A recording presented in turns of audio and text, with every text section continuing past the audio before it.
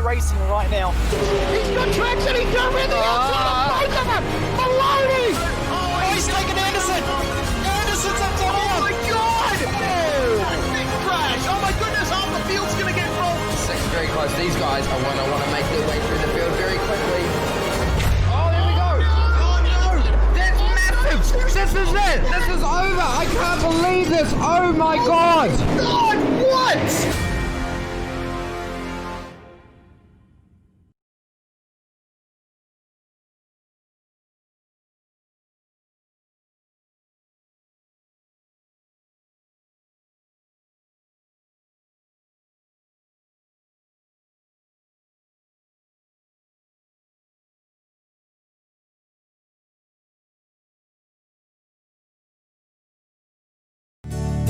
Carolina, where the field is rolling out for the start of today's 400-lap race on this .625-mile racetrack. Here's the starting lineup.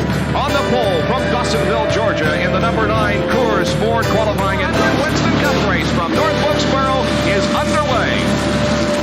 Everybody nicely through turns number 1 and 2 as Bill Elliott has the lead and Dale Earnhardt has jumped into second position, followed by Benny Parsons and Bobby Allison.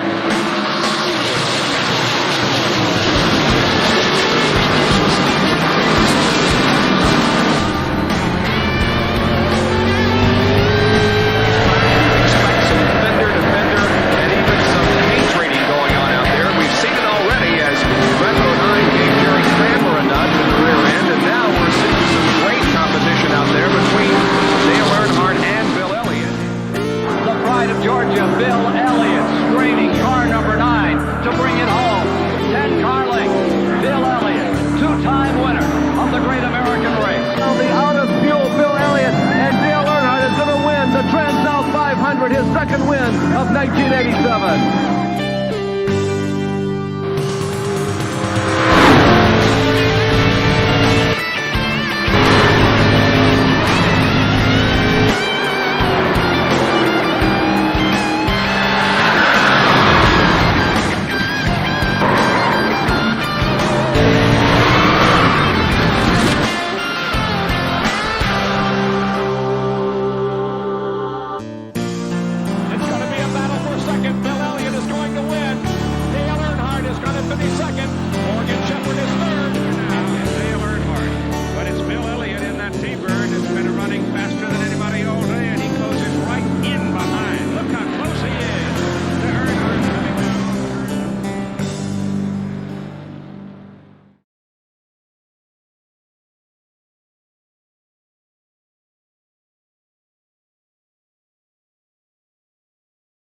It's time for the first road course of the season here in the NASCAR iRacing series. We're headed to Sonoma, to wine country, although it looks a bit like a desert at the time of the year when this track was scanned and when NASCAR normally comes racing. It's full of grass all around. It's looking like a dust bowl, and it's going to be very slippery for drivers out there in the heat of California. My name is Ryan Jones. Alongside me, Justin Prince and Jake Kennedy behind the scenes here on SimSpeed TV, bringing you this coverage on the iRacing eSports Network. And with the road course, Justin brings new names, and we could see some different faces towards the front of the field tonight. Yes, indeed. Tonight, a lot of different names we normally do not see in competition this evening. Some drivers who run a lot of fixed competition entering tonight. Some of the drivers who have competed in second and third split NIS competitions on Friday nights get the chance to show what they can do tonight here on SimSpeed at the top split here with the road course racing. It can get pretty entertaining to see how some of these drivers adapt to some new faces around them and which of those new faces end up putting on a sparkling review. Yeah, most certainly. Going to be a few questions over this race, and we'll get the answers in a few minutes' time when we get the green flag. So it's just 45 laps. It seems like a relatively short number, but don't forget, this is a road course, so the track is quite a bit longer than your regular mile-and-a-half ovals we go to. The average speed lower as well. What are the changes that was made at the Sonoma course for last year's NASCAR race here is they changed from the normal cup layout to the carousel layout. So instead of having a little chute at the back of the circuit, they take a right-hand turn and they dip down the hill through the carousel, which adds a few more corners to the track, but I think ultimately it takes away a couple passing opportunities. Yeah, it can make this track pretty tricky, especially with the rim portion added about at least 20 seconds to the lap times as well when the Cup Series started reusing this layout back in 2019. Remember, the carousel was used in the past when this track opened in the late 1980s, early 1990s, up until about 1997, 1998. Then they inserted that chute. Now it's more of a rhythm flow track, similar to what you see with a bit of the technicalities of some other major endurance road courses, in fact. Especially with that carousel that brings up a lot of treacherous parts and opportunities in turns 5 and turn 6. However, it does bring up a decent passing spot in turn 7 and still makes the best passing spot around the racetrack today in the final hairpin corner, turn 11 today here at this road course. Remember, 12 turns, 2.53 miles the circuit. That's just over 4 kilometers around this racetrack. Yeah, it's a long way around this track, as you mentioned there. It's up there in terms of length. It's longer than Watkins Glen, most certainly. And Watkins is another track that they use a cup layout. They don't use the longest route around the track, and I wonder if that may change in years to come. Hey, look at who's at the top here in practice. Graham Boland. Now, we haven't seen him very much on a Friday night in the NASCAR iRacing Series this season, JP. But he's a very quick driver. He runs in the iRacing Coca-Cola Series.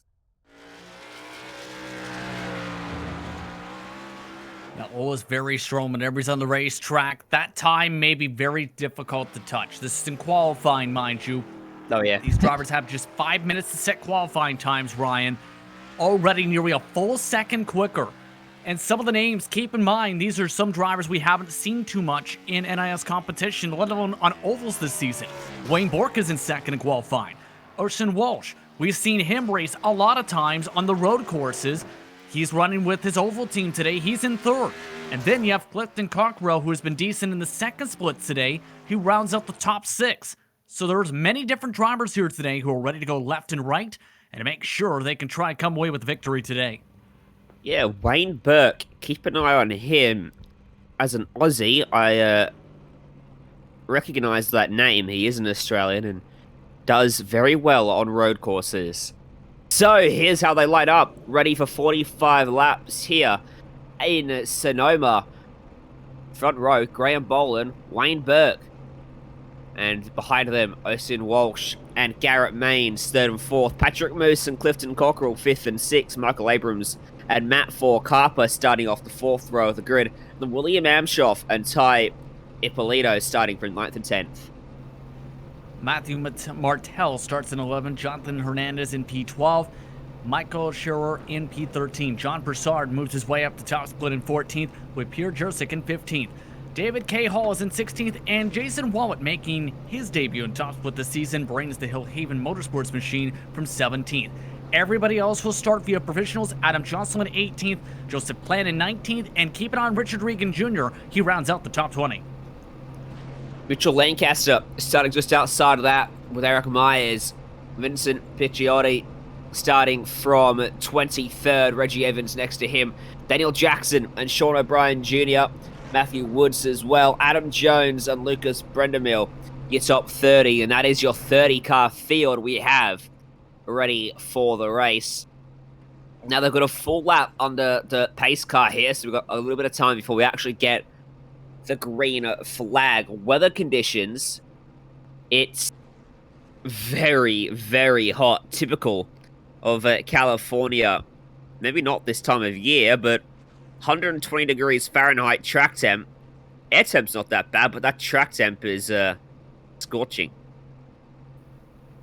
And grip is always lacking when it comes to Sonoma, mind you. Whenever you reach the top end of the gears, and if you hit the brakes the wrong way, your car's likely sliding on corner entry. You're likely also spinning on corner exit. So this is very treacherous today for these competitors. Keep an eye on that wind speed as well. Already 17 kilometers an hour or so. That can mean some of the cars could gust around a little bit on some of these corners and have a harder time sticking around some of the elevated parts of the track today. And you talk about the elevation changes. One thing I really love about Sonoma is that elevation change. It does bring about some interesting dynamics with some blind corners, especially up at turn 1. You rise over the crest, you can't see what's going on at the exit of the corner until you're at the apex and committed. Similarly so up at turn 4 as well. In fact, a very similar corner is turn 4. So you've got that to watch out for over the course of your race too, hoping there's no one making mistakes in front of you, leaving you with nowhere to go. And this is the carousel section, the section that was implemented for last year, will continue for this year in NASCAR competition. It's a long, sweeping, downhill, left-handed corner. The car wants to get away from you, but you can carry quite a bit of speed through and out of it as a result of the fact that it comes down a pretty steep hill. Yeah, you can set up some decent runs, especially if you're able to hit it just right coming off turn 6 in the last part of the carousel. But again, you have to remember, it is so rhythm-focused in turns 4, 5, and 6 in the carousel, where if you mess up any part of that, you're likely either sliding off into the hill, going behind the tire barrier, or sliding into said tire barrier.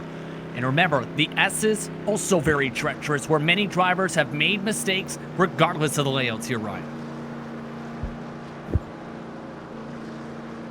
One thing's for sure, this is going to be a very interesting race. We've got some new faces right throughout the field, and we've certainly got some new faces at the top.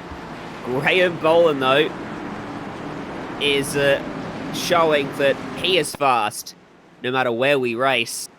So watch out for him. He'll be in control as a pace car. The iRacing.com Porsche safety car will dive out of the way on the entry of the final corner. Field in the hands of the number 18, Graham Boland, the Interstate Batteries Toyota Camry. Out of the final quarter, he jumped on that throttle. Let's go racing in Sonoma. Good start for Boland, followed by Austin Walsh. So Wayne Burke's going to lose out and fall back to third as they come across the stripe. And up towards turn 1 we go. And already a few drivers you've seen having some struggles in the corner. First side-by-side, Maine's already stuck side-by-side with Patrick Moose. But at this part of the track, if you don't stick the preferred line, loses a lot of time, like right there. And Maines keeps it off the fence, but losing a lot of time. Just getting fired off into the grass there.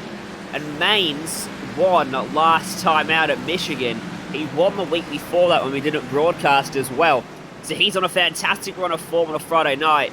And he's already got his hands full at the start of this one. He's now running in 10th place after starting from... Where did he start? I can't even see him. Well, when it comes to Garrett Maines, he started in 4th position, but he talked about on the radio, Ryan, that he bottomed out as soon as he went really low through that second part of the S's in turns 3 and 3A.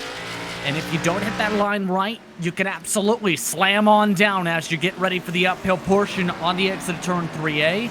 That's cost him a lot of space. And Bowen, meanwhile, he looks to try and check out from Walsh & Company. Wayne Burke is sticking with him, and Austin Walsh as well, I should say. Top 3, look how close they are through the hairpin there. At the end of lap number 1, showing some great competition between them.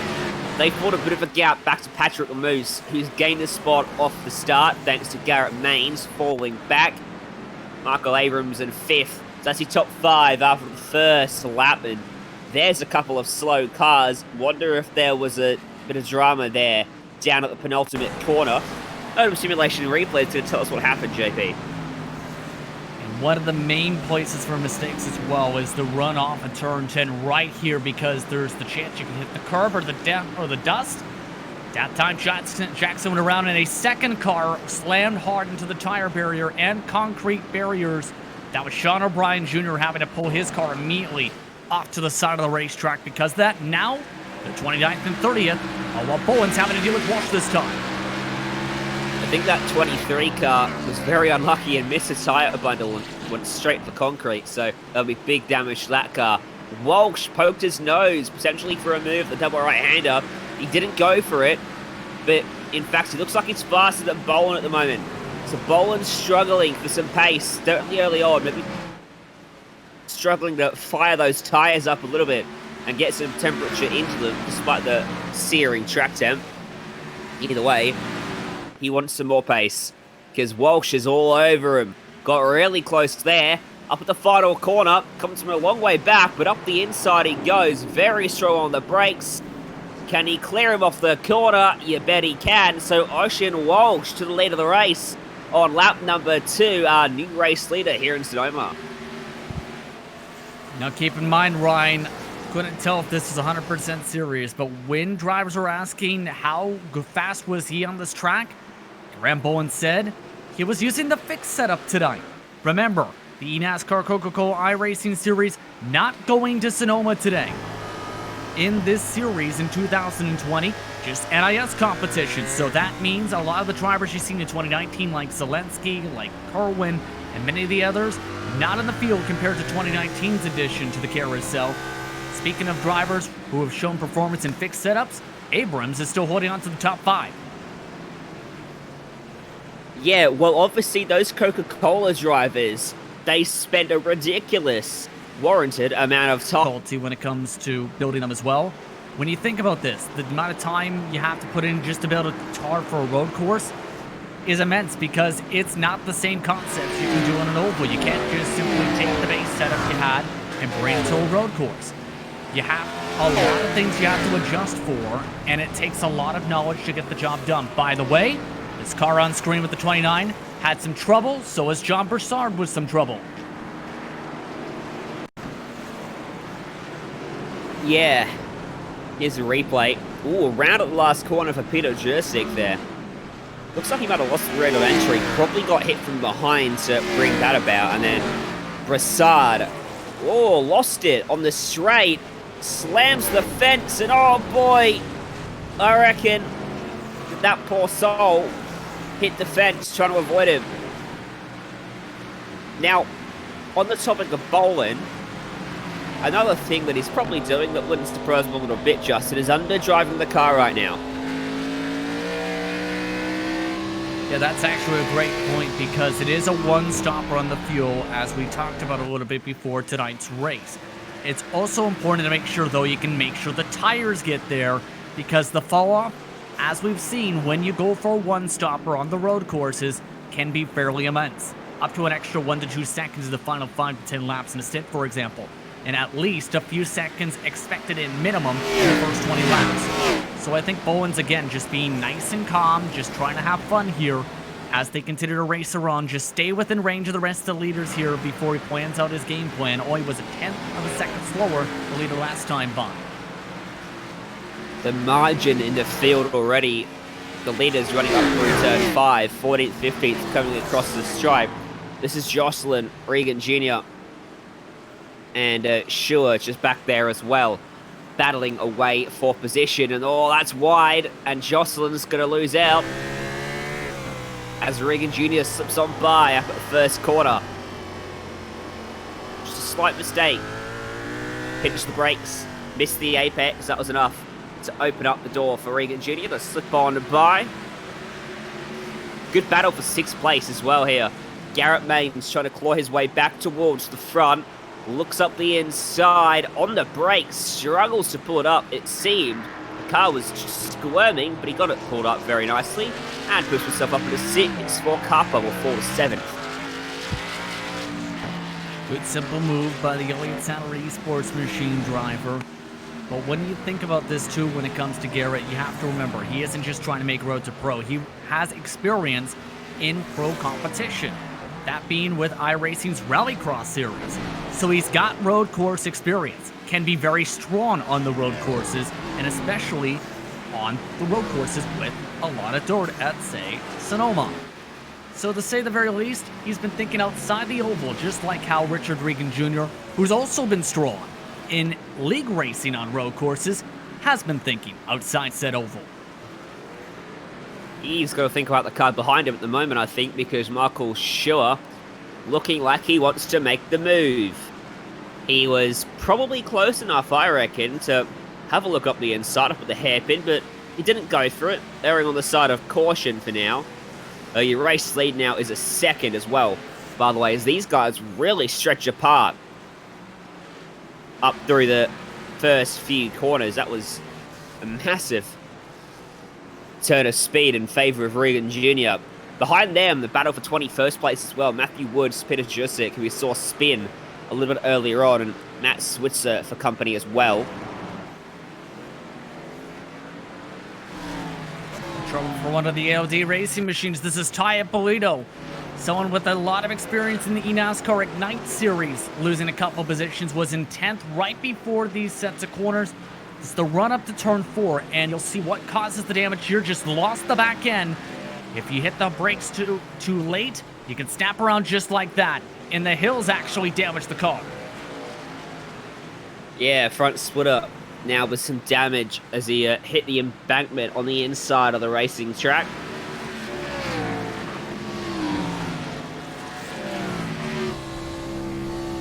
On board with Michael Schillers, who's run through the S's. Pretty high speed, lots of changing of direction as he went through here. Got to be pretty accurate to your line. If you mess it up, you're going to put yourself off for the rest of the sequence. As Adam Jones up in front looked like he had that thing hanging out sideways through the corner. This hairpin's a little bit tricky, isn't it? There's no hard inside of the corner.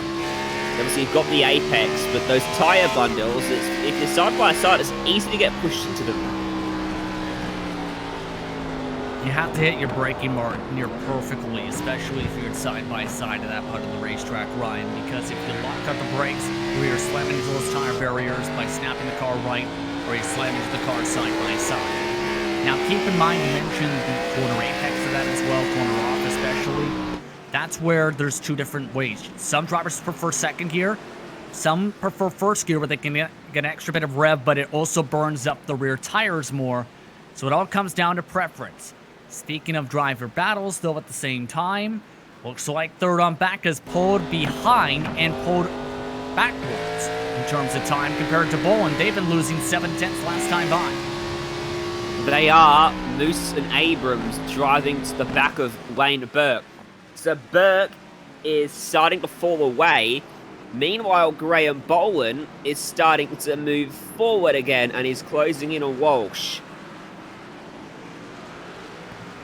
So Bolin's car now starting to come back to him. The gap is now 7/10 of a second. It was out as much as about a second a lap or so ago.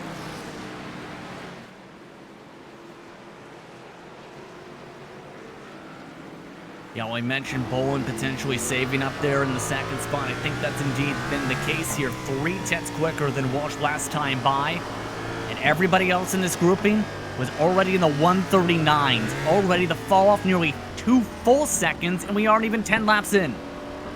Yeah, the undercut is going to be massive here. So this is going to be a big talking point. Obviously, we've got to wait till the pit window opens, which is when you can first pit, fill the car up and make it to the end on fuel. But when that opens, expect a couple drivers to come straight into the lane, strap on the 4 fresh tyres, and look for a massive undercut and benefit on the few laps they're on fresh and the others are on old tyres.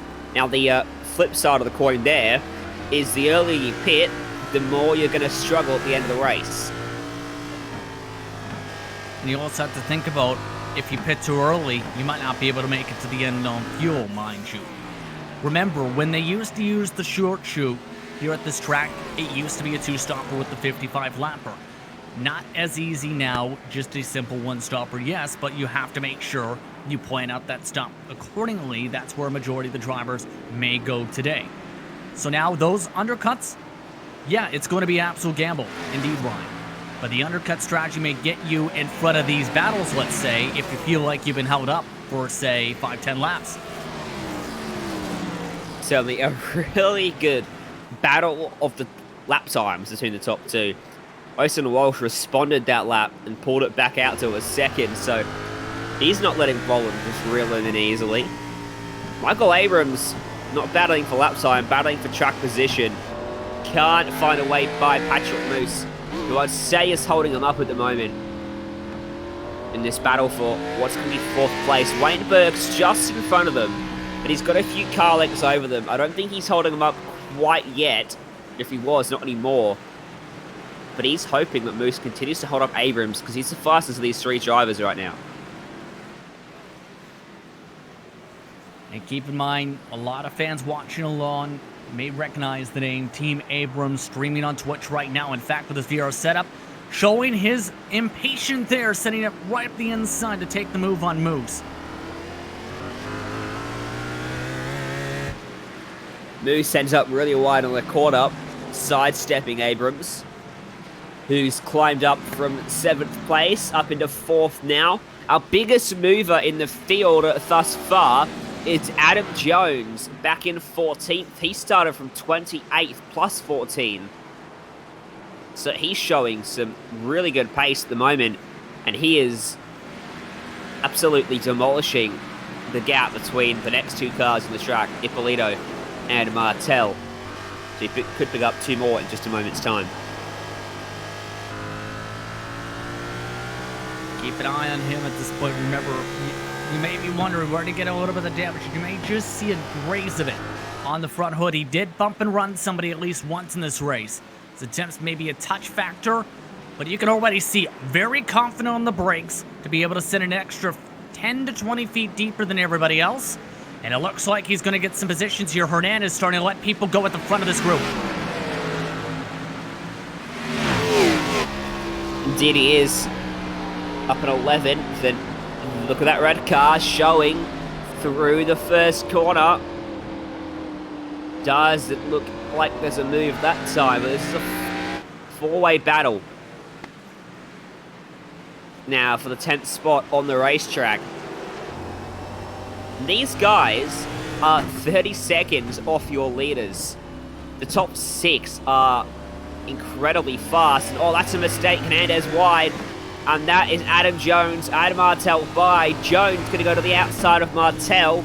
Inside run for the sweeping left-hander. Picks up 2 spots there in the space of about a corner. Up into 11th.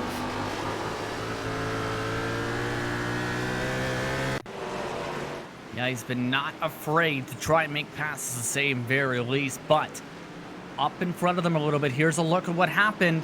Looks like Abrams able to also take away the bottom line heading into turn 7. He's now in 3rd position. Now, the 2015 NIS Fixed Overall Series champion, he's on the move. The problem is he's 5.8 seconds behind the top 2. Wayne Burke was held up by a couple of laps cars on that lap before the move, so that really hurt him and ultimately cost him the position. So he falls back to 4th, and he's going to have Patrick Moose for company. Michael Abrams on the charge, making that move on. Not the top 20. So now there's at least one car without a front nose. That's just up the road, by the way. Speaking of up the road, still, Maines has been able to reel in that grouping 4 from back.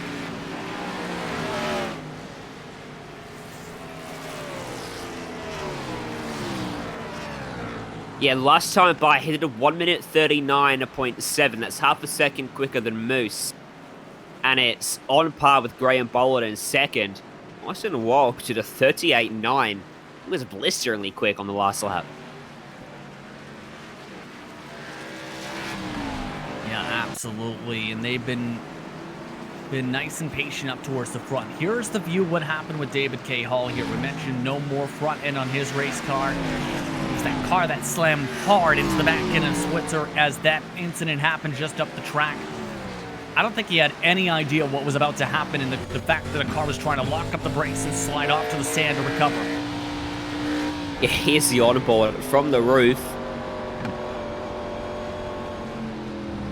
Yeah, I mean, there's nothing he can do. He did end up off the track, but he was trying to figure out which way Switzer was going to go, and he chose the wrong way in the end. 23 in the background going around as well. That's the thing, though, Ryan. He was committed to his line. He was expecting him, I think, to, well, not be there in part, but also you see him try and sweep up to the sand. I think he was expecting him to stay in the middle of the racetrack based on the fact he locked it up. Just not what happened here as the cones start to go a-flying in this grouping. use all the road you can on the entry to the last corner, which does involve a little bit of the pit road entry and a couple cones there. In the firing line, most certainly. Gap now out to 1.8 seconds between your two front runners, 6.7. Back to third place, Abrams, 8 seconds. Back to this battle for fourth. Wayne Burke, Patrick Moose, and Garrett Maines now firmly up on the back bumper of that Chevrolet Camaro.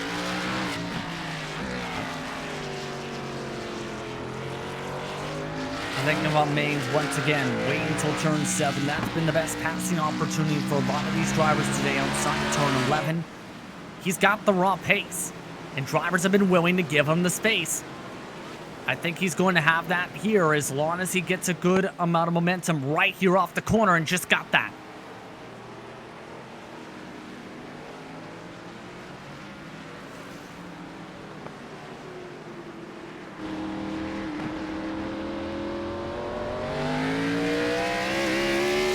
Just not close enough though, Ryan, to be able to make that pass. No, not quite. He got up to his back bumper on the middle of the corner, but generally for the move to not be frowned upon, there's a B-pillar rule. You've got to get up to the B-pillar, which is pretty much halfway alongside the car by the turning point for it to be deemed a fair move. Of course, in NASCAR, the rules are a little bit more lenient. There's a bit more beating and banging, and if you get your nose alongside, a lot of drivers expect the room to be given no matter how much overlap there is, similar to how they would run on an oval. Then at the last corner, change for position there is Clifton Cockrell. Clifton Cockrell loses out to William Anshoff. There's a bit more of that give and take we're talking about right there. Cockrell starting to have his tires light up a little bit, fall off on pace. Let him go. Trouble for Hernandez though, the 7 car. We've seen him slipping back. He just had some trouble off turn 10. Getting it back up the speed and then immediately having to slow it down again. But that number 7 car now finding himself a little bit worse for wear. Replay. Is it a case of rear end stepping out? It is. And he overcorrected it, snapped, and we don't see it. But I think he slapped the tire bundle. Yeah, you can see right in the middle of the curbs, that car was already unstable and bottoming out part of the way, just snapped right into the tires, as you mentioned. Hard hit to the back end as well. That's going to affect the car the rest of the race. And now that car lost about 5 positions in the span of half a lap because of that. You know, the back of the car certainly has damage, but it's mainly on the right rear, and it doesn't look too significant. He may have escaped without major issues, but there may be something underneath the bodywork that's harming him as he loses another spot. Battle for 12th, Adam Jones, Matthew Martell. Through the S's. Martell looking for a way in which he can slip on through. In fact, Martell's lost a couple spots on this lap already, so he's made a mistake somewhere in the opening half of the circuit. Over the radio, we actually was indicating if you want to go on by, and that's what ended up happening, I think, in that battle a little bit. He was having a little bit. So I think at this point, Martell also feels like his car's falling off and does have a bit of right side damage. But that means one thing. Jones is back up to 12th. Next car up for grabs. It's Richard Regan Jr.'s up the road again for 11th.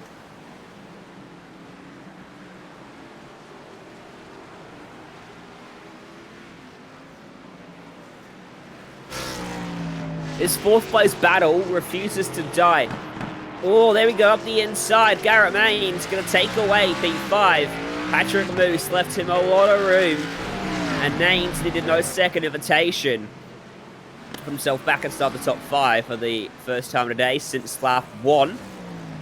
But Moose just wasn't able to get close enough to Burke to make a move, and eventually loses out as a result. Burke doing a good job there to maintain a little gap. As you saw, out of that corner, the corner where everyone's been struggling today, the attitude from Mains and from Moose, as the rear end just oversteered around on them on the exit of the corner. They had to quickly snap it back into place.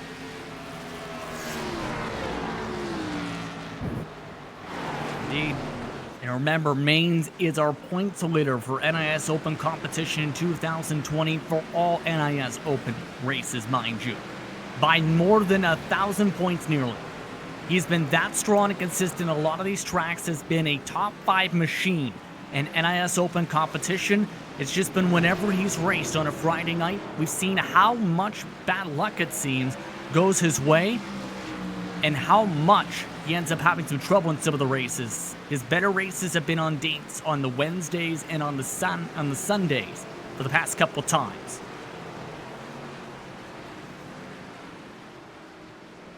Yeah, he's been trying all season long for performance on a Friday, and it finally came, didn't it? Over at Talladega a few weeks ago. Ever since then. Oh! And Mains, I think, is starting to lose a bit of the brakes. That time really slid them hard and hit the back end of the 10 machine. Wasn't a massive hit. It was sort of at the lowest speed point of the circuit. It was the back of his slide. But there's now damage to the back of Burke's car. The rear end just crumpled in a little bit. I think Mains' car is okay, but I think right now something with the braking is off on the one car. He's really losing grip on corner apex. At this point, it's costing him to slide so much. At this point, may need a brake bias adjustment to try and balance that car back with how much it snapped. He nearly ran over the back of Moose, mind you, in the battle for 5th position a few laps before this. He's been slipping and sliding so much. Wayne Burke actually had a massive slide through the last corner that time as well. So, well, we're 16 laps into the race now. So, they've been going for close to half an hour. The brakes on the car will be starting to wear off. They don't have massive brake pedals on these things, brake cylinders on these things, but they are the largest of their options available to them. The tires, that's the big factor. The tires aren't gripping up, so when you're trying to slow down, they're just not biting. They're sliding incredibly easily, and the lap times have dropped off significantly for these guys. They're about 5 seconds off the previous best, which is incredible drop off. So not surprising to see these cars now sliding through the entry. And the only drivers that haven't had this significant a fall off in the entire field, remember, the top 3. Walsh has been able to stay in the 140s. Bowen's been able to stay in the 140s. Abrams has been able to also stay in the 140s. So everybody else, they're absolutely struggling indeed here with how slick these tires have worn off. At this point, wouldn't be surprised to see some pit calls. Speaking of battles, though, look at this. Ty Polito's been reeled back in by Regan Jr. He has. I'll just quickly finish off my point with Mains on the Friday night performance. Struggling early in the season, but he's won 3 of the last 6 races on a Friday night. So he's found some incredibly good form through the last 7, I should say. So he's definitely found a turn of speed and starting to challenge regularly and put in a very good potential championship run. As there's the move up at the last corner as the cone goes flying. And Richard Regan Jr. goes flying on by Ty Ippolito. Hey, you mentioned potentially starting to see some pit stops, but think about it, Justin. If we're 18 laps in and the drivers are struggling this much, you don't want to come in now because there's 28 laps to go. You're going to be even worse off at the end of the race. You've just got to stick it out, tough it out until at least halfway. Yeah. And that's why I think at this point that took out the strategy of the 2-stopper that was so popular 2018 on backwards when it comes to time at this track, because you're going to lose too much time by taking the second pit stop you would have on the follow-up. So I think at this point most of the field probably going to split it in half. And Mains now, by the way, up into P4. Now it's going to become the test. What can Mains do now that he doesn't have a car to chase after here? Only has now 9 seconds to chase. He's 15 seconds off the race lead. It's certainly not unattainable over 27 laps, but he needs to be pretty flawless to achieve it. Oyson Walsh is really starting to drive away from these guys now. Graham Boland's 4.1 seconds back. So we saw the gap seesawing a little bit for a little while. But since then, Walsh is starting to put his foot down and drive away. And Boland doesn't have much on offer for him at this point in time. Abram's only 1.7 back from him. And these guys, yeah, as you mentioned, they're 9 seconds up the road from Garrett Maines. So I wonder if he can get there, how close he can get. An undercut might work in his favor, get him a couple seconds, depending how big it is. As the battles are a lot closer, and that was close for Lancaster. The battle for 14th. Adam Jocelyn just up the road at the moment, and that's Jones who's now having his tires light off. Remember, he nearly got to the top 10. All of a sudden, I think with how deep he was sending on the brakes, he's now very loose, and the right rear's been burned off that car. He slipped all the way back to 13th, and now he's even slower than 14th and 15th, cars he breezed on by just about 5-10 laps ago.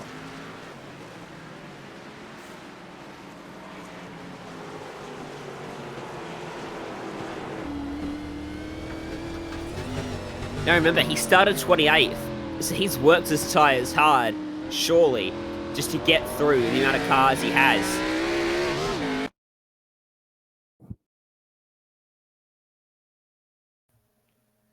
It looks like there was a little bit of trouble there for Jocelyn as well. Lancaster nearly ran over the back end of him coming off of turn 4 as well. Things still getting pretty tricky here at Sonoma, to say the very least here.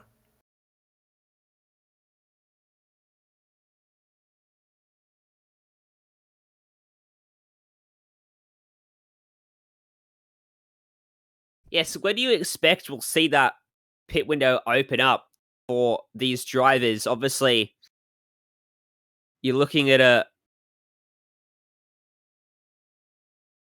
potentially somewhere around halfway as a potentially being the first lap. So you want to come in because you don't want to be struggling at the end.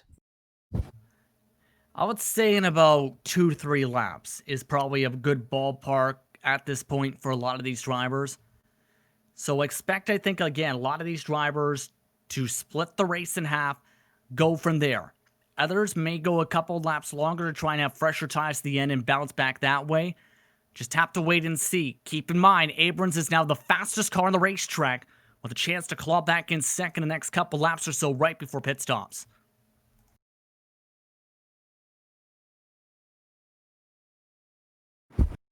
We'll get some car pictures back to you in a moment. Just having some technical issues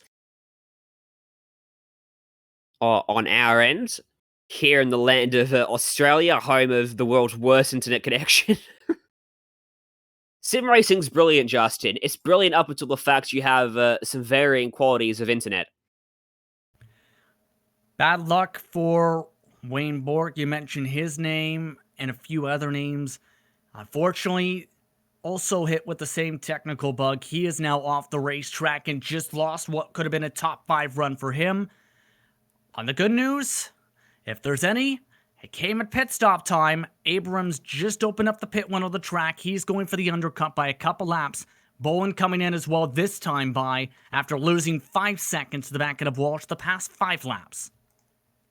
Yeah, not surprised to see Boland coming in at this point. Obviously, we saw him losing a lot of time. He's got nothing really to lose. I think with the pace he naturally has, he'll be able to fend the guys off behind for quite some time if they do get to him late on. But nothing to lose from pitting a few laps earlier than potentially he planned and just seeing if he can get a big enough undercut to slip on by your race leader. So the Australians dropped from the server. So yeah, Wayne Burke going to be incredibly disappointed with that. He was having a fantastic run, wasn't he? Yeah, he was holding on, I think, confidently, in fact, to probably a 4th or 5th place run, especially with the pace and the fact that he was starting to gain a little bit on Patrick Moose too. Absolute heartbreaker if you're him at this point, and absolutely frustrating with how strong he is. I think he'll try and get back on the racetrack. The problem is, he lost a lot of time, mind you, at least 2-3 laps minimum with this situation.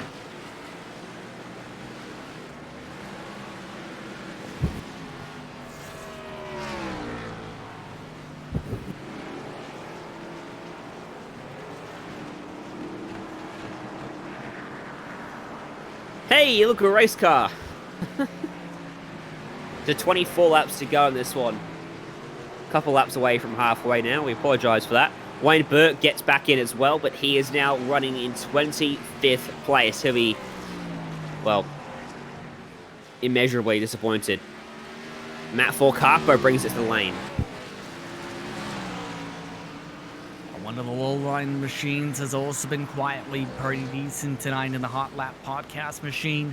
Top 10 pace, however, was at least 9 seconds back to the next spot. Now this is where we also see the potential for some drivers try and come in, especially with Jones hanging it out right at the front of the group. And third car in line brings it to pit. That was Adam Jocelyn. Tough pit entry too. You've got to make sure you get it slowed up because it's a very tight lane on the entry. And if you pinch a front brake, it's easy to understeer wide and slam into the concrete wall on the outside. Remember a couple years ago, though, there was someone in the NASCAR Coca-Cola iRacing series who managed to drift the whole way in that section. It's very difficult, yes. It's very easy to hit the barriers, yes. But some drivers, they just seem to find unique ways to get through it as Walsh is now into the pits.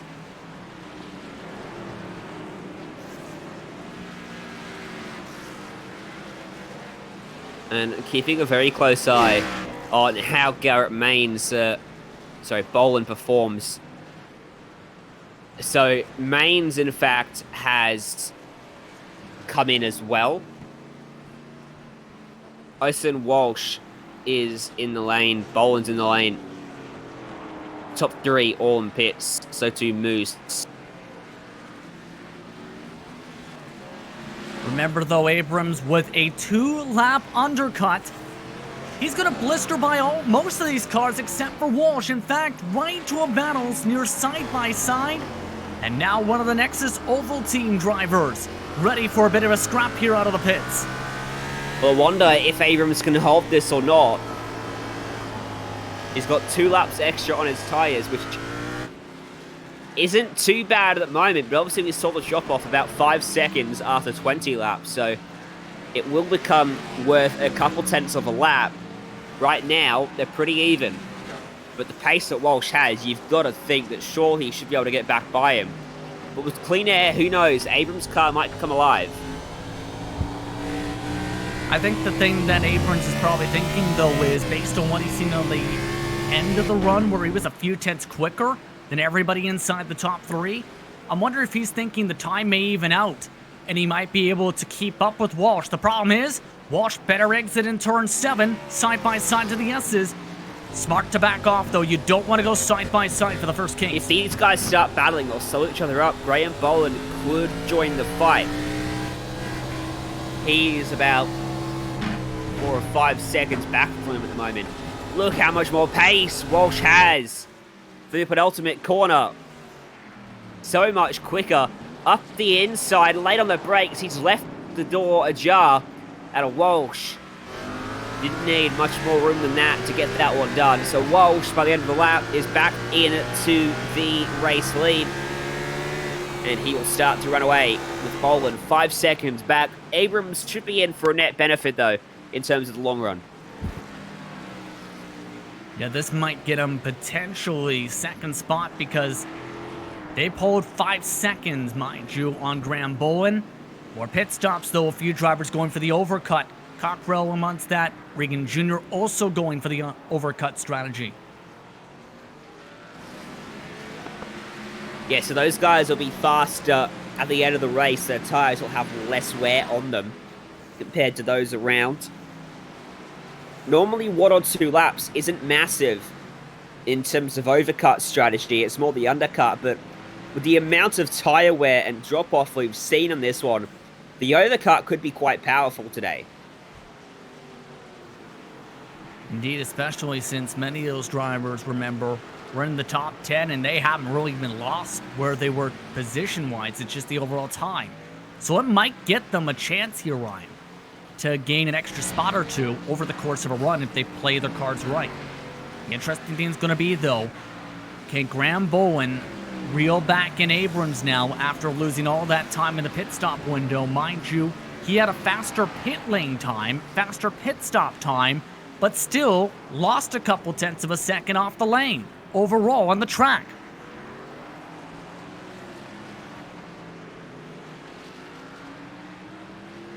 Obviously, with pit lane incorporating that big corner that goes around the outside of the hairpin, it makes it incredibly easy to lose or gain time through there. And we're seeing a few variations in the pit times as a result. Now, here's a replay, thanks to Motor Simulation. What's happened here? Mitchell Lancaster runs wide, and up the inside as the 12 was their contact.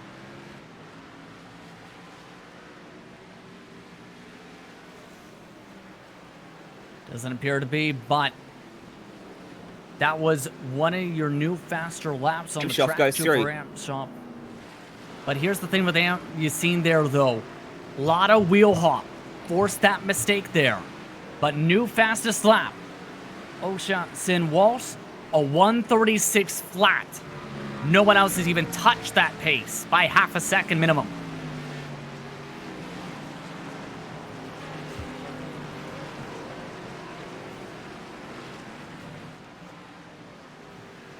Look at how much Walsh is starting to stretch here, Justin. Sorry. It's now 7 seconds to Bolin. And 2.3 to Abrams. Yeah, I think he's trying to grow the gap as much as he can, try and gain as much time overall. Knowing the pace of Abrams on the longer run. Here's the thing, too. Lots of traffic may start to come into play because a lot of the drivers who are at the back end of the totem pole on the left side of the screen, they're just right in front of your race leaders. So they're going to have to deal with a lot of traffic, and if you don't have that traffic in the right lane, Ryan, each and every time, you can lose lots of time on the racetrack.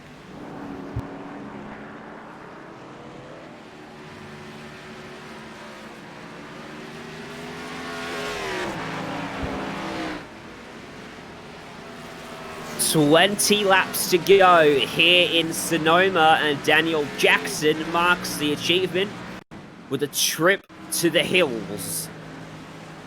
I imagine rear end has overtaken the front on the exit of this corner. Easy to do because you want to get the power down as early as you can because you carry a lot of speed and it runs down all the way up to the next corner, but he just got it down too early. Not a fun race for Dan Zilla, to say the very least. Now 2 laps down already with still 20 laps to go. And by the way, has a ton of traffic around him too. So not the best of races. By the way, Bowen, off McLaren in Lancaster, having to come down to the pit lane. This is his scheduled pit stop.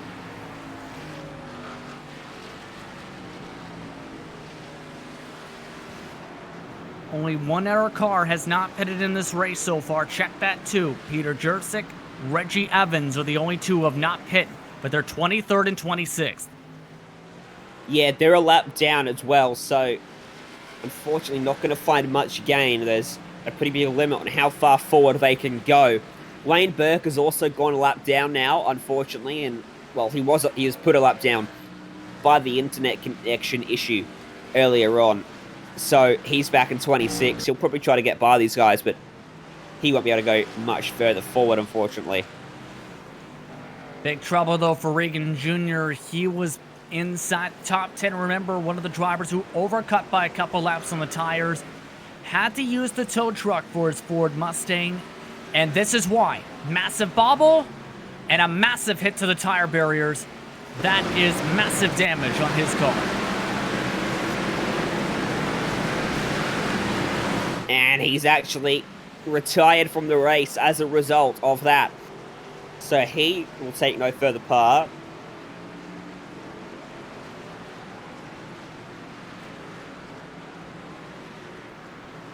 Michael Abrams is doing a very good job, Justin, of maintaining good enough lap times where Graham Bowen is not reeling him in by a great length. He's slowly catching, but it's not massive. It's not incredibly noticeable.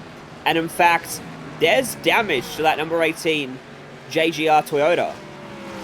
And that was just with the back end of Daniel Jackson, who, remember, just had that slide a couple laps ago, was struggling the S's, and he ran over the back end of the 22. Now, Bolin, you mentioned severe nose damage. That's definitely going to be a concern now for the 10th, potentially for the rest of this race, and potentially for that speed that is massively crushed in.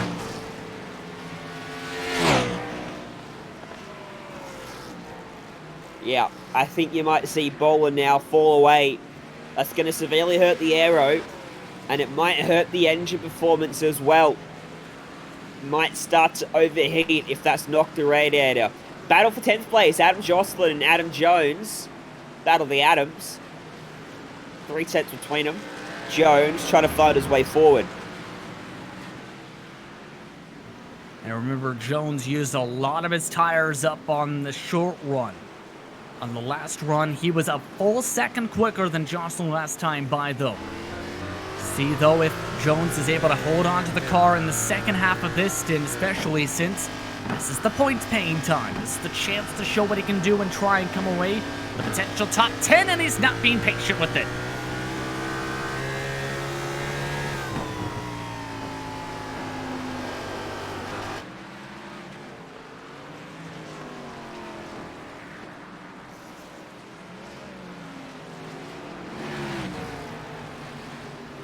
He didn't give him really any time to react there, Ryan, in that scenario, to say the very least. But look at this. More traffic is also coming into play with these battles, and this can also break up a lot of passes here. If the traffic doesn't move out of the preferred line, now that forces a drag race coming off to the front stretch. And Clemente wins the drag race. Woods will remain a 14th.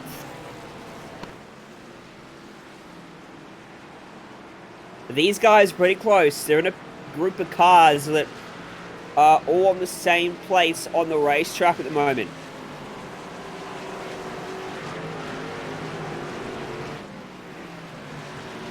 Mind you, they've already been lapped by the leader. They're just behind him, mind you.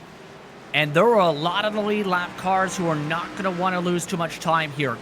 Garrett Mays, for example, lost at least 3 seconds with a similar group just like this a couple laps ago.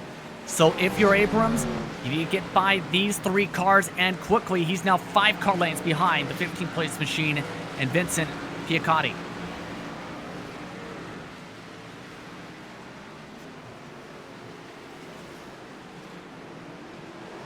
Ooh, here we go. Potentially. And not going to work out.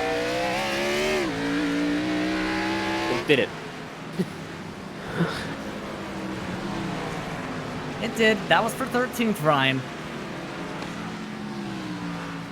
Now the question's going to be what work up for the traffic, especially since there's a car slow. That's Eric Myers on the brakes trying to let everybody go on the S's, who just stopped on the right side of the track and bundled everyone else up. Myers was actually off the track at one point. He made a mistake, and that's why he was so slow. He did a good job to decide just to back out of it. Hey, look who's closing in on these guys from behind. Graham Boland.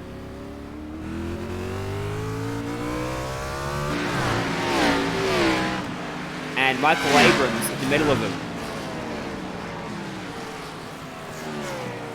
Last time by Boland, the quicker of the drivers for a little bit there, 138.9. Did gain at least 0.8 of a second with the open track. And with how frustrated he got last time with traffic, curious to see how patient he is with the traffic this time, especially since they're still side by side now for 15th, 14th, and 15th just up the road from him. Oh, bumps given, return serves being dished up as well. The 14 will lose out. Boland goes to the outside of him and he runs off the track. No grip out there. Through the grass he slides, he rejoins, but time lost as a result. He was not patient in that scenario. He tried to force the issue as Picciotti and Plant went side by side in front. And already apologies over the radio coming for the 18 there with that pass attempt and the bumping and banging. That lost Bowen 2 seconds alone for that mistake. And there's respect right back given right there. Vincent letting him right on go, not going to hold him up for any time. Hey, let's look from the gearbox. Not the gearbox.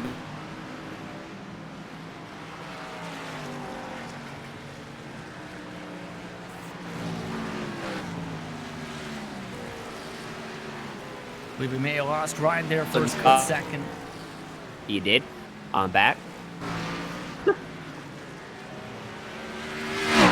Well, I was hoping we could look from the back of one of the lapped cars as Boland comes up to them, because I want to get a good look at the damage from the front of that car, because it doesn't seem to be affecting him too much in terms of Abrams. He's just struggling to consistently gain, though, isn't he? Yeah, the traffic has just been very thick for him to have to deal with this entire run, it seems. And every time he's reached them at the very worst possible times. With them bumping and banging, with them struggling to get through the S's and trying to make sure they don't snap loose. It's just not gone Bowens' way in the second half of this race. And this is, I think, kind of, again, what Abrams was hoping with the undercut was, at the very least, come away with second position. And if Bowen had these struggles, he might be able to hold on by the time the tires would have equalized.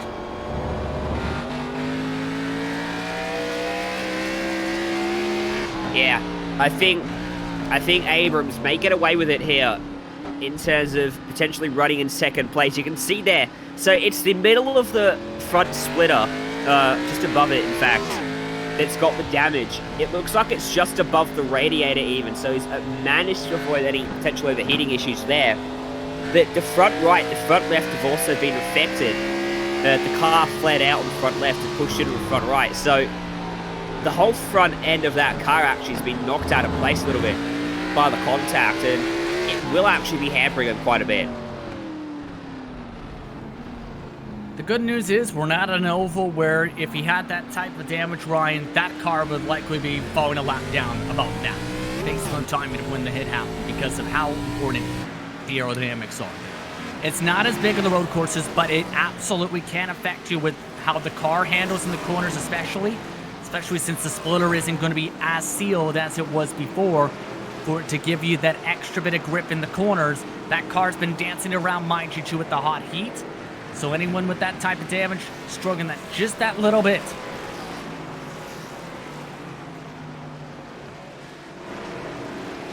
Two-thirds of the way through this race. Battle for 15th place is still pretty close. Plant moving his way forward after being involved in quite a few battles over the last few laps. He's trying to reel in Picchiotti for that 15th position. There's about a second between them as the gap opens and closes throughout the racetrack. Just starting to edge out now. And look who's coming on to the left side of the screen. That's Garrett Maines flying his way up through the field already, communicating with fellow drivers. Based on what the traffic's had happen, he is coming and might have a chance to try and steal away third position. Let's try and make it back-to-back podium positions here on the broadcasted races.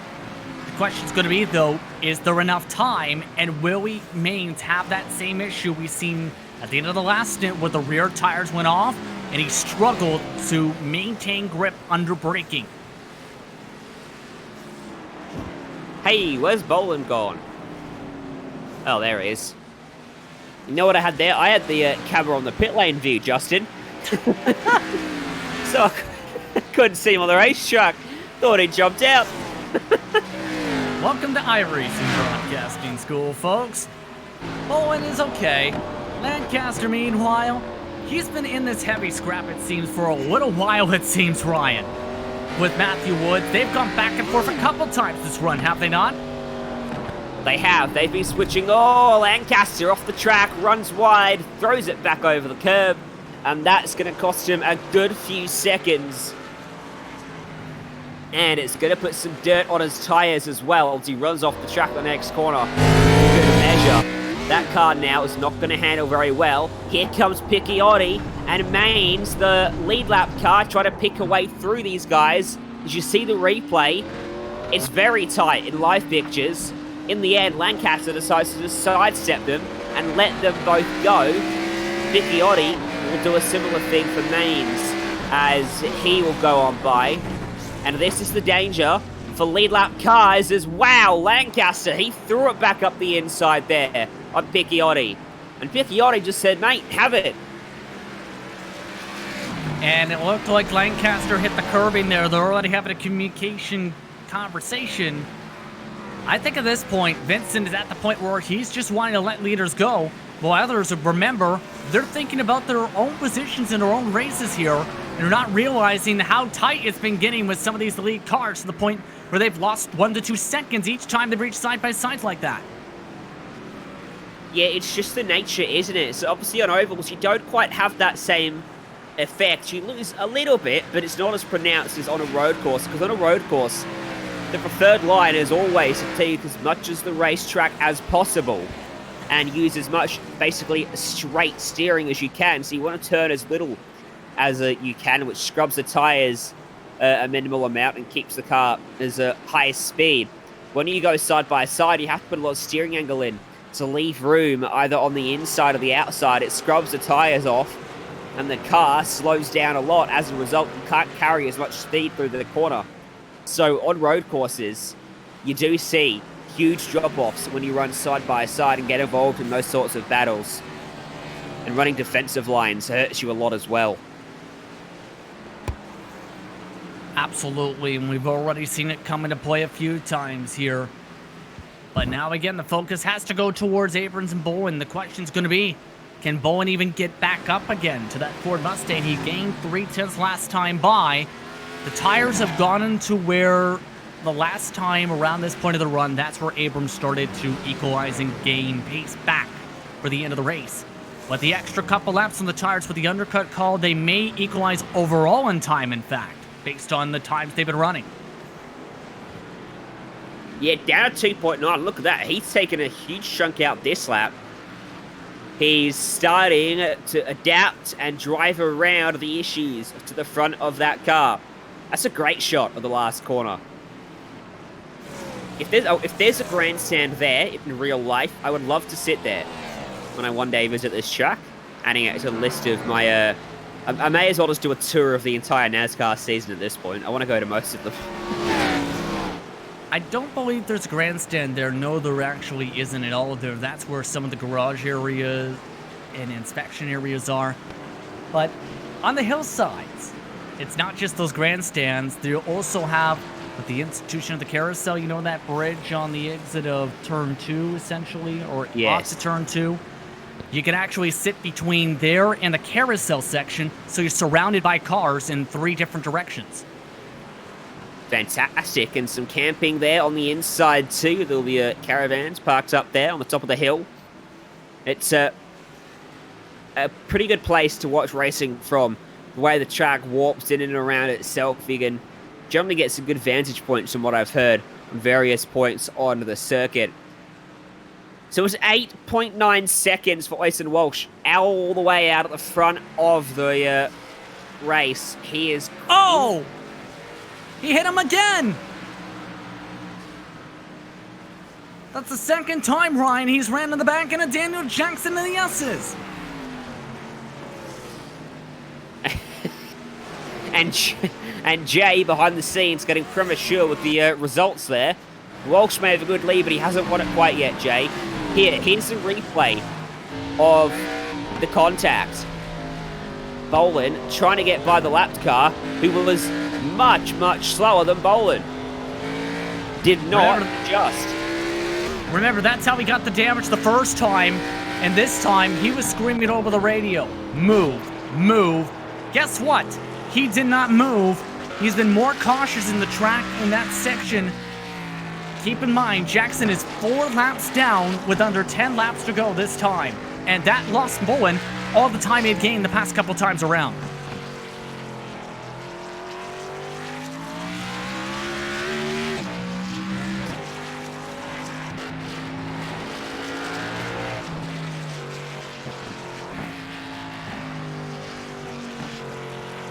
Well, Bowen, that front end is certainly taking a beating, and I think you've got to say he's not been as patient as he could be with some of the laps cars, but also probably not put the preparation in that you normally would for one of these long races, certainly with his exploits in the top flight of racing on iRacing. He's running a setup that probably isn't suited to him, and as a result, he's trying to overdrive in some places and make up for lost time and making some mistakes that probably would have been avoided in some other scenarios. Hey, a little bit further back, battle for 19th, Michael Schuler, John Broussard. They're pretty close to the racetrack as they come towards the middle sector. It's a battle between No Hood and Right Side Damage, and it looks like No Hood wins that battle. Keep in mind, we mentioned the fact that aerodynamics isn't as big of a factor here at this track. There have been some races, there have been people in the history of this race who have crushed in their front noses in real life, mind you, Ryan, who came back from having to get all the damage repaired as much as they could and came away with top 10 finishes alone here. It's the type of track you can make those types of performances. Yes, certainly, and the issue for Boland now is there's no more pit stops in this race. There's only 9 laps to go, so any more damage he picks up going to be with him all the way to the end. Not going to be able to come down and get it repaired. It's around the outside there, picking up one of the laps cars. Gotta say, all the guys going a lap done a fantastic job today of not getting involved too much in the lead lap battles. Of course, when you're having your own battles, a different scenario. And of course, there is no blue flags in NASCAR. No, you don't get the blue flag, but you still have to be aware of your surroundings if you're lap traffic. Lead cars, we've seen it with Bowen especially, we've seen it with a couple others, do not like it when they lose all types of time in those types of battles. So if you see a leader go and you feel like you aren't going to match the pace, especially since there are no cautions here at Sonoma as talked about, 9 times out of 10 you let them go and race your own race. Just race the track instead of racing a battle against yourself and the lead lap car, who is probably internally blinking his lights. Keep in mind there's no headlights either on Cup cars. Yeah, it's a big decal layer on these cars. I should clarify too, they do have cautions on road courses in real life. Yes. Boy, they've had some cautions on road courses in real life. Yeah. But in iRacing, in road racing at the moment, no caution system implemented. I'd love to say we're not far away from it, but I can wishfully think. The issue being, it's very hard to implement. I think a good caution system to road racing, similar to how they have an oval. The straight import of the oval rules don't quite work for road racing format. Throws big disadvantages out there for some competitors. Pretty much on a polar opposite scale of what you'd see in real life. So I'm sure it's being worked on, but right now, when you head into a road course race, whether it be as part of the NASCAR iRacing series or part of an official road racing series on the iRacing official calendar, you've got to prepare for full stints, no interruptions to your pit strategy. That's indeed having to be the focus, but remember, this car you see on the screen, the 10 machine, Wayne, remember, had that technical issue that cost him what could have been a top 5 run for him. He has a chance to still gain some positions, despite being about 1 3/4 laps down. That car might be able to reel in Jason Wallet, Michael Schuler, John Broussard, as well as a couple others here in the next few laps or so to still recover a top 20 and still make sure he maintains iRating, of course, that being the overall driver rating on the iRacing service that determines what split you're actually in. Yes. You know what we haven't talked about at all is the incident point factor. On an oval, obviously, if you pick up a few incident points, you've probably smashed the fence and done in your car and towed back to pit lane. On a road course, it's a whole other ball game. You could pick up off tracks, which is 1 incident point, very easily. Car contact is 2 times at most of the case nowadays, but it's very easy to slowly accumulate over the course of a full-length race enough points to accidentally disqualify yourself from the running.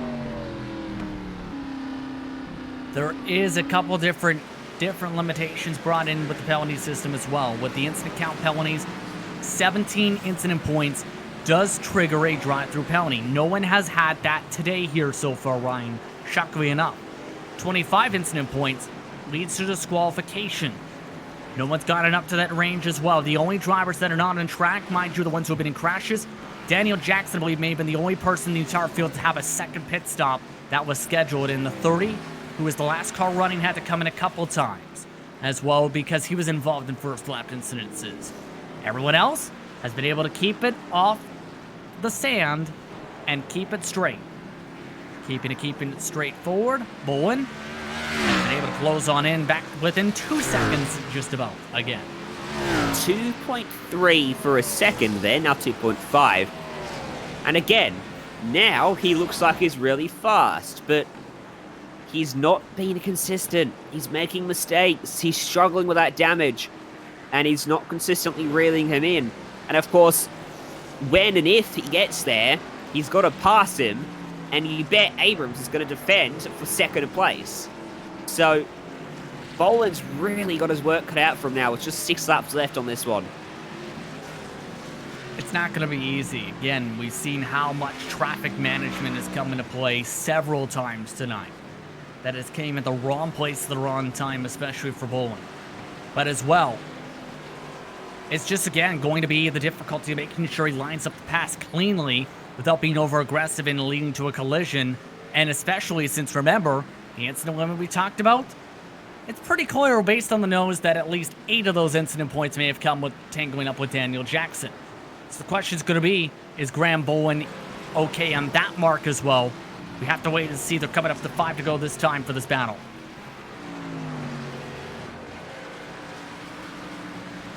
Yeah, lapped cars could make a difference here. If either of these guys catch them in the wrong place, it's a massive benefit to the opposing driver. So Adam Jones is just off in front of Michael Abrams into the hairpin. He sidesteps, lets him go. So no hold up there. Ty Ippolito up there as well. And he's in 9th place, so there's only 8 cars in the lead lap now. That's the pace that Osen Walsh has, and I'd say your top 4 have done a spectacular job of keeping in touch. Patrick Moose is 38 seconds back in 5th. The other 3 cars on the lead lap are a minute plus behind. In fact, Cockerell in danger of going a lap down. And this is just the nature of green flag racing on a road course when it comes to this type of racing. The best can put in lap times like this. Think about it this way. When the NASCAR Coca-Cola iRacing Series came here in 2019, a lot of the drivers took part in NIS Open and fixed competition. Guys like Bobby Zelensky, Casey Kerwin, and a few others, they had the ability to lap the field if they so could. And they had the opportunity many times to do so. Haven't seen that blistering pace tonight from a couple of the drivers, yes, but it's still near world record pace for some of these cars, mind you, Ryan. You're into a driver that we're missing today who has a world record at this track. I believe you mentioned it earlier, pre-broadcast, yep. Justin. Vicente Salas, who's someone we've seen in a number of races this season on a Friday night.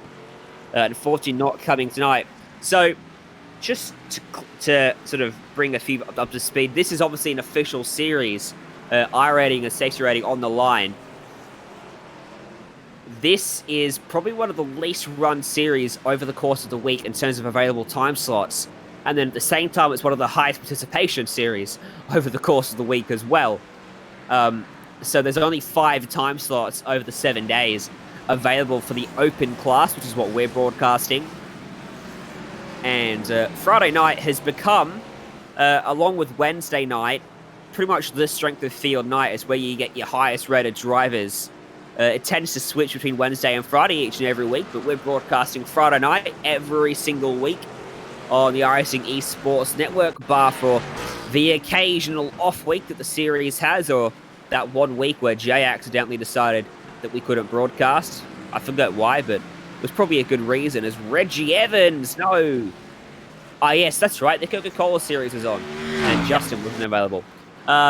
Also, everyone was doing that instead of this. But it's been a fantastic series, and in the background, we're keeping track, by the way, of who's performed well. We don't show that graphic very often. We don't even have it ready for today. But at the end of the season, we'll take a look at it, and we'll see who's done well.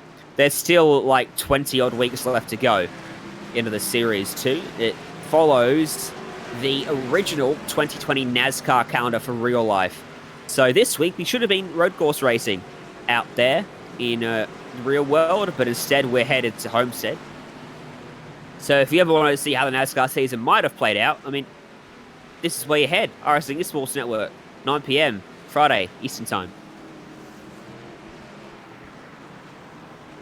And of course, understand the circumstances of why we can't go there in 2020 in real world racing, of course, with what's been going on. But it's been a stellar race, mind you. Some great battles here coming to 3 laps to go.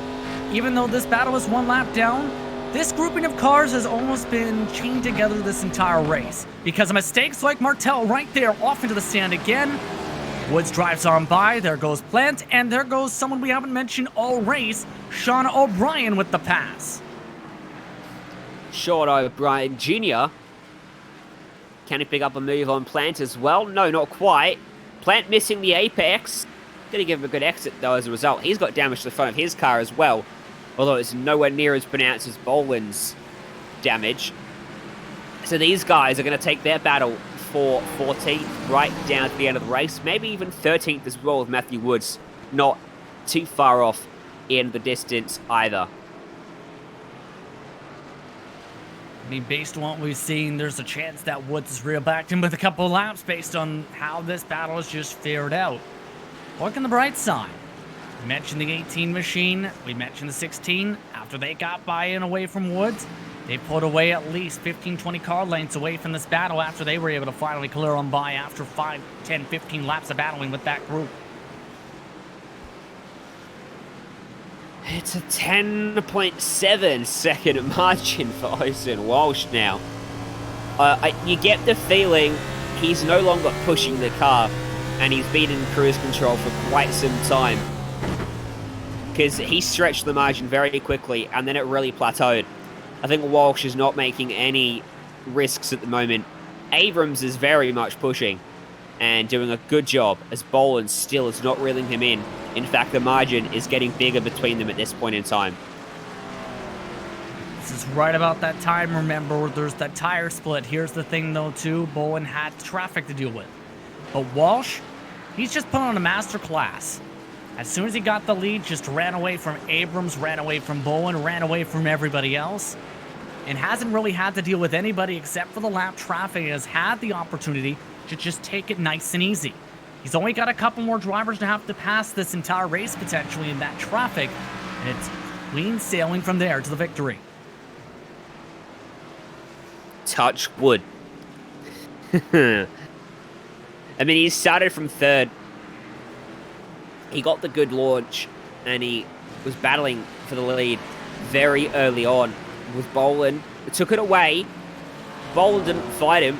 We thought maybe that the 18 was underdriving the car, looking to come back with some fresher tyres later on, but not the case, even if he was trying. Jason Walsh, not only did he have the early race pace, he's got the late race pace as well.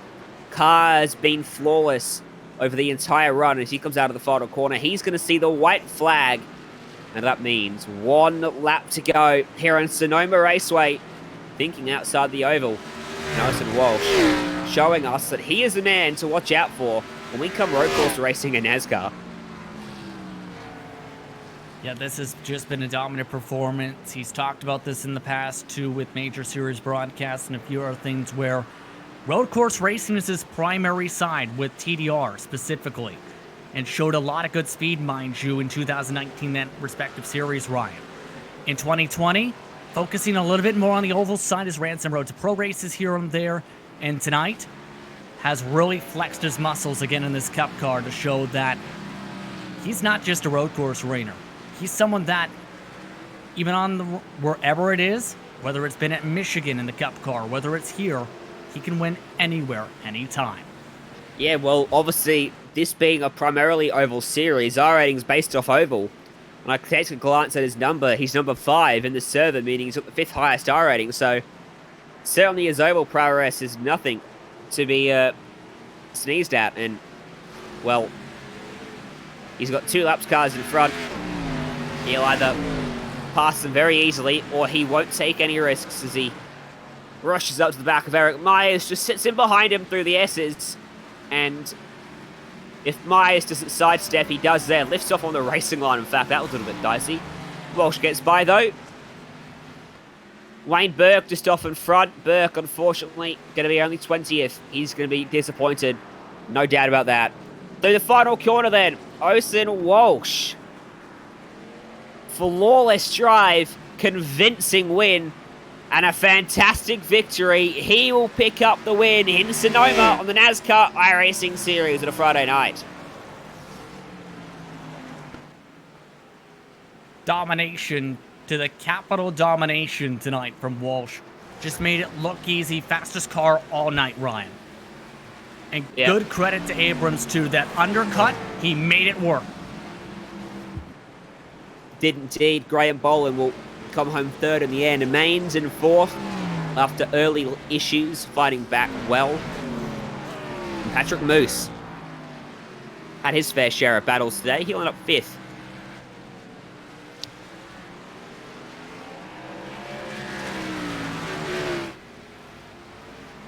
I think if you're Nexus, you're going to be happy with Walsh showing the speed with his road course prowess, and Moose, a primary oval driver, holding on for the top 5 run.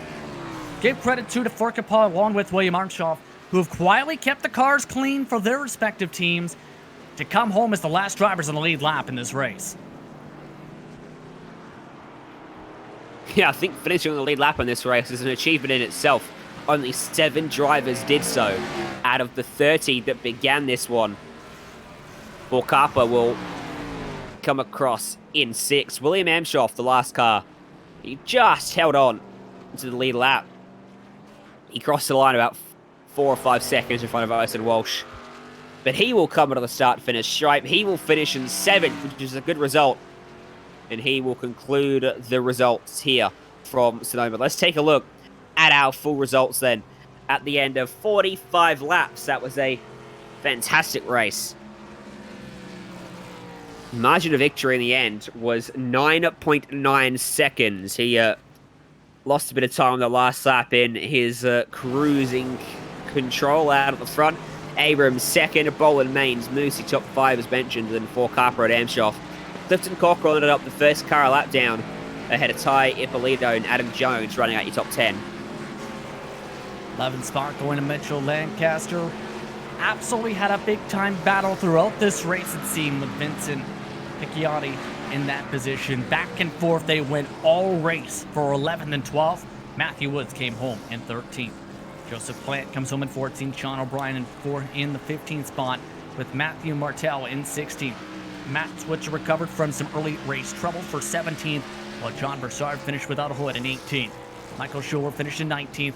And Wayne Burke, give a shout out to him. 2 laps down, yes, but after technical issues, still recovered a top 20, Ryan. Yeah, he did, and I think he can be happy with his comeback from that issue.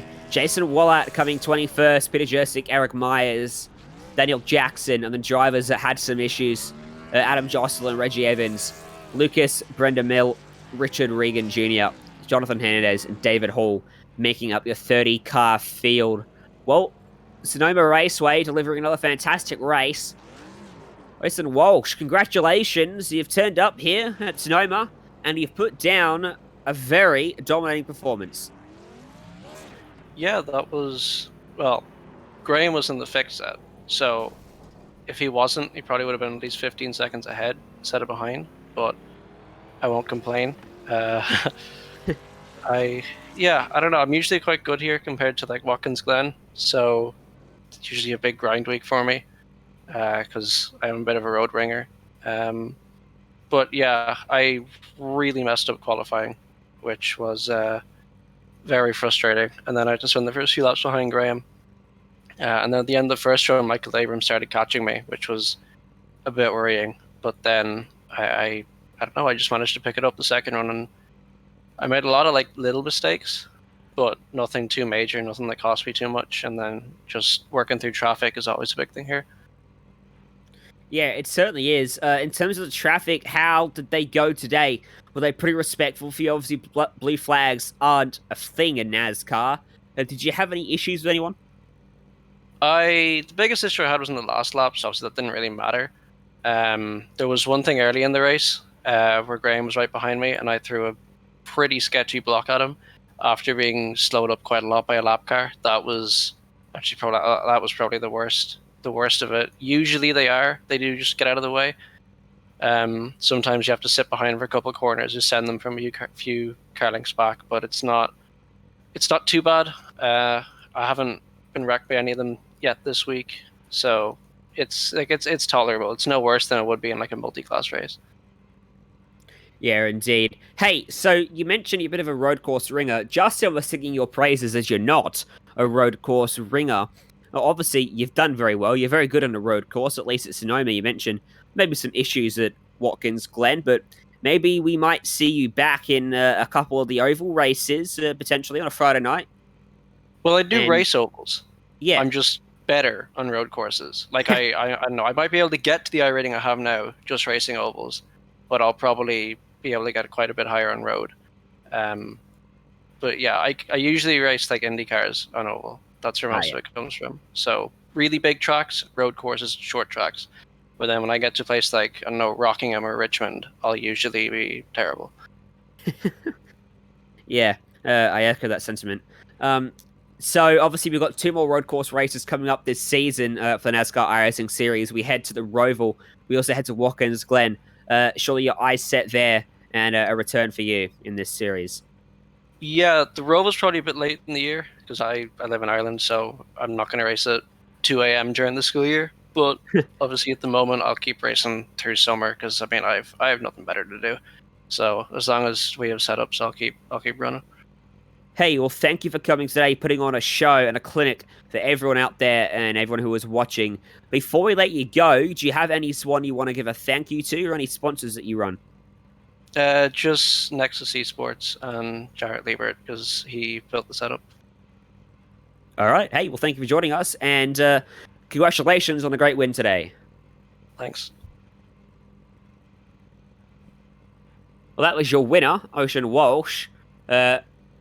Certainly a fantastic guy. That's not what I was trying to say, but I'm not going to retract that statement. Certainly a fantastic drive out there today. And hey, let's have a chat as well, Justin, to Michael Abrams, who came home in second place. Justin Prince caught up with him. Yes, indeed. One of the storylines of the race tonight. Michael, coming into tonight, one of your first big races you've been a part of since a 3-year hiatus, fans have told us for tonight. How does it feel to come home at the top 3 tonight? Really good. I was really impressed with the speed that we had in the car. I mean, we worked on the tire management, tried to keep the stability in it, and we got lucky there at the start. We got handed a couple of spots because the one car and somebody else got together right at the start. So I got 2 spots right out of that, and then we just kept working on tire management, trying to get more spots out of it. And then lap 20 came around. I saw my spotter, Kevin, he told me I was working on those guys, and we were making up time on them. So I figured I'd try and short pit and try and get some time on them on pit road, and it did work out for a little bit. I almost had the lead and almost led a lap, but didn't quite work out there. But we did get P2, so I was happy with that. Nothing else to say. I mean, it was a good comeback for me to coming back to open set racing in the NIS. How difficult was it for this race overall tonight? You mentioned some of the strategy, you mentioned some of the battling, for example, but how difficult was it to try and prepare for a type of race such as this tonight? Because it's not easy to return to open racing at a road course, mind you. For me, it's more about the track. It's kind of intuitive. I mean, I don't really focus on speed all that much, to be honest with you. When we come to these road courses, it's more about stability and just trying to manage the tires. If you got a balanced setup, it makes it way easier than it really has to be. It doesn't have to be that hard. How was traffic management for you today? A little that came rough. into play for a couple battles. Yeah, it was a little rough, but it wasn't too bad. Everybody was pretty cordial. We were working through it all together, so it wasn't so bad. Now, question I think a few drivers may be wondering is, will we see you back when we go back to the ovals in a couple weeks or so? Because Based on the iRating total in the 5600s, you do have the total to compete in these top split events each Friday night if you so choose. That is the plan. Probably not every week for now, but the goal for me right now is try to get my iRating up so I can run Road to Pro next year. So that's the goal. So we'll keep working on it. If we're fast in these open races, we'll keep doing it. Is there anyone you want to thank before we let you go? Kevin, my spotter, everybody watching on stream, Aaron, Jake, all you guys, how's it going? Everybody who tuned in, Jeff Faviano, he helped me a lot in my earlier YouTube and Twitch days, and he actually popped in the stream for a little bit today, so I got to thank him as well. Congratulations on the top 3 finish. Stellar job, including beating the Coke driver on a fix set. Thank you. Yeah. That was Michael Abrams coming home in second tonight. Back over to you, Ryan. Well, with the top 2, happy with their performance.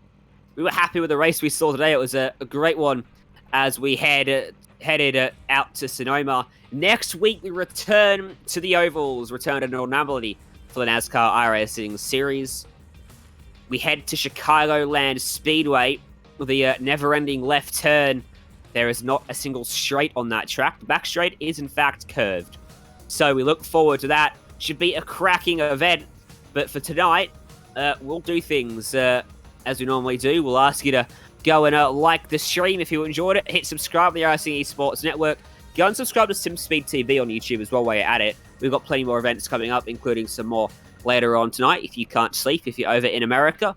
And from myself, Ryan Jones, from Justin Prince alongside me and Jay Kennedy behind the scenes, we thank you for tuning in. We say goodnight, and we'll see you next time.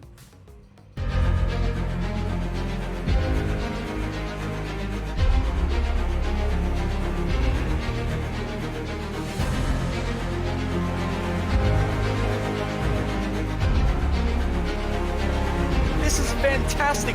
This is GT racing right now. He's got traction. He got rid of the outside. Both of them. Maloney. Oh, he's taking Anderson. Anderson's up top. Oh my God. Oh. Big crash. Oh my goodness. Half the field's going to get rolled. Second very close. These guys are want to make their way through the field very quickly. Oh, there we go. Oh no. That's massive. This is it. This is over. I can't believe this. Oh my God. God, what?